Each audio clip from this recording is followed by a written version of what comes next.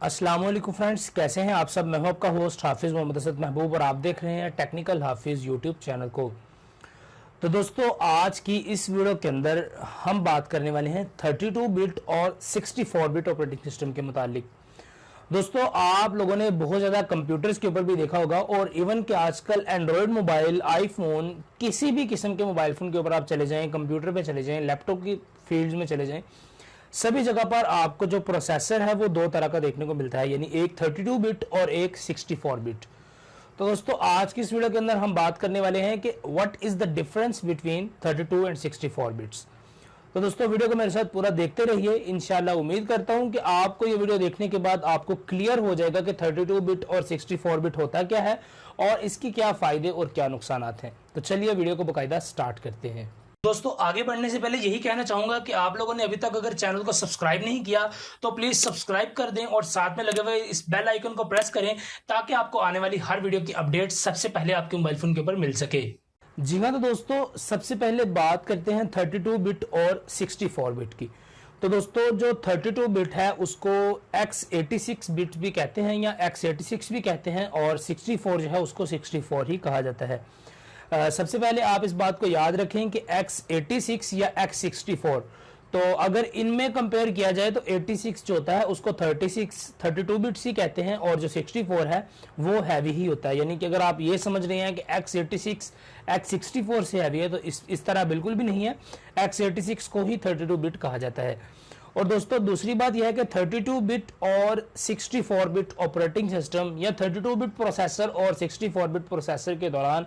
जो डिफरेंस है वो ये है कि जो आपका 32 बिट का प्रोसेसर होगा वो मैक्सिमम जो आपकी रैम की उसकी कैपेसिटी है या कैपेबिलिटी है वो 4 GB है। यानी जो अगर आपके कंप्यूटर के अंदर प्रोसेसर लगा हुआ है 32 बिट वाला और आप उसके अंदर रैम लगा देते हैं 8 GB, 16 GB, 20 GB, कोई भी आप उसके अंदर रैम जो है वो इंसर्ट कर देते हैं, तो आपका जो वो प्रोसेसर है जिसकी सपोर्टिंग है 32 बिट, जो कि 32 बिट्स को सपोर्ट करता है, तो वो आपकी सिर्फ और सिर्फ 4 GB की रैम को ही जो है वो यूज कर पाएगा और उसके अलावा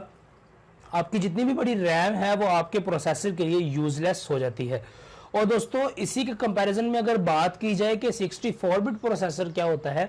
तो दोस्तों 64 बिट प्रोसेसर जो है ये इसकी एल्गोरिथम जो है वो चेंज होता है थोड़ा सा, और इसके अंदर जो आप वैल्यूज को यहाँ पर ये मल्टीप्लाई डिवाइड जो करते हैं प्रोसेसर के अंदर जो वैल्यूज आती हैं वो ज्यादा एक्यूरेट तरीके से और ज्यादा जो है वो बड़ी बिट्स के ऊपर अपनी वैल्यूज को यहाँ पर ये कैलकुलेट कर सकता है। दोस्तों, जो 64 बिट का प्रोसेसर होता है उसके अंदर आप 2 GB तक की जो रैम है वो आप 2 GB कह रहे हैं, 2 TB तक की रैम जो है वो आप अपने 32 बिट के 64 बिट के प्रोसेसर के अंदर भी इस्तेमाल कर सकते हैं और आपका वो प्रोसेसर उसको अच्छी तरह से सपोर्ट भी करेगा और चलाएगा भी। और दोस्तों, अब सवाल ये आता है कि हमें पता किस तरह से चलेगा कि हमारा ये जो प्रोसेसर है जो हमारे कंप्यूटर के अंदर या हमारे मोबाइल फोन के ऊपर लगा हुआ है ये कौन सा है, यानी ये 64 बिट है या 32 बिट है।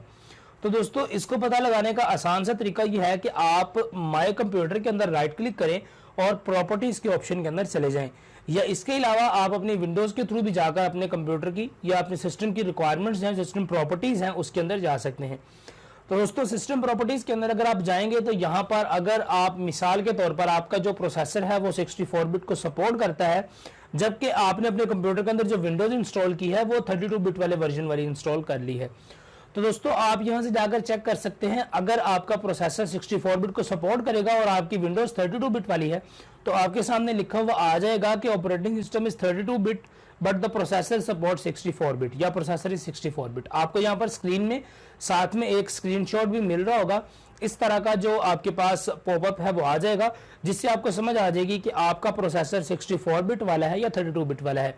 दोस्तों, इसका एक और सीधा सीधा सवाल यह है कि अगर आपके पास पुराना कोई कंप्यूटर है, जिस तरह के आपके पास कोई पेंटियम 4, पेंटियम 3 वगैरह के जो प्रोसेसर्स हैं वो पड़े हुए हैं, तो उनमें मोस्टली 32 बिट्स ही आता है। और दोस्तों, अगर किसी बंदे के पास आजकल के दौर के अंदर पेंटियम 4 या पेंटियम 3 हो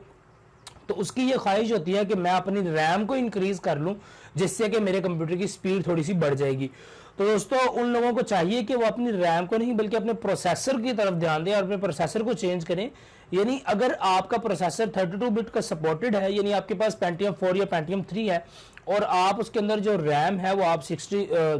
16 GB या 10 GB या 8 GB आप लगा लेते हैं, तो आपका वो कंप्यूटर की स्पीड के ऊपर फर्क नहीं पड़ेगा, जस्ट आपकी रैम की परसेंटेज ही बढ़ेगी, ना कि आपकी कंप्यूटर की स्पीड अच्छी होगी और ना ही आपका प्रोसेसर 4 GB से ऊपर की रैम को चला पाएगा। यानी आपका कंप्यूटर सिर्फ 4 GB की रैम को चलाएगा, उसके ऊपर जितनी भी रैम उसके अंदर लगी हुई हैं वो सारी उसके लिए यूजलेस हो जाएंगी। तो दोस्तों ये था सारा सिस्टम 32 और 64 बिट वाला। उम्मीद करता हूं कि आपको समझ आ गई होगी कि 32 बिट और 64 बिट्स क्या होता है और इसको किस तरह से ऑपरेट किया जाता है और ये किस काम आते हैं। दोस्तों अगर आपको वीडियो अच्छी लगी और अगर आपको कुछ सीखने को मिला है तो लाइक जरूर कीजिए, कमेंट करें, अगर आपका कोई भी सवाल है इंशाल्लाह कोशिश करूंगा कि उसका रिप्लाई करूं। और दोस्तों चैनल को आपने जरूर से सब्सक्राइब कर देना है, अगर आपने अभी तक सब्सक्राइब नहीं किया तो प्लीज सब्सक्राइब करें और अपने दोस्तों को भी इस चैनल के बारे में रेकमेंड करें। दोस्तों मिलता हूं आपसे किसी अगली वीडियो के अंदर, तब तक दीजिए इजाजत, दुआ में याद रखिएगा। अस्सलामु अलैकुम।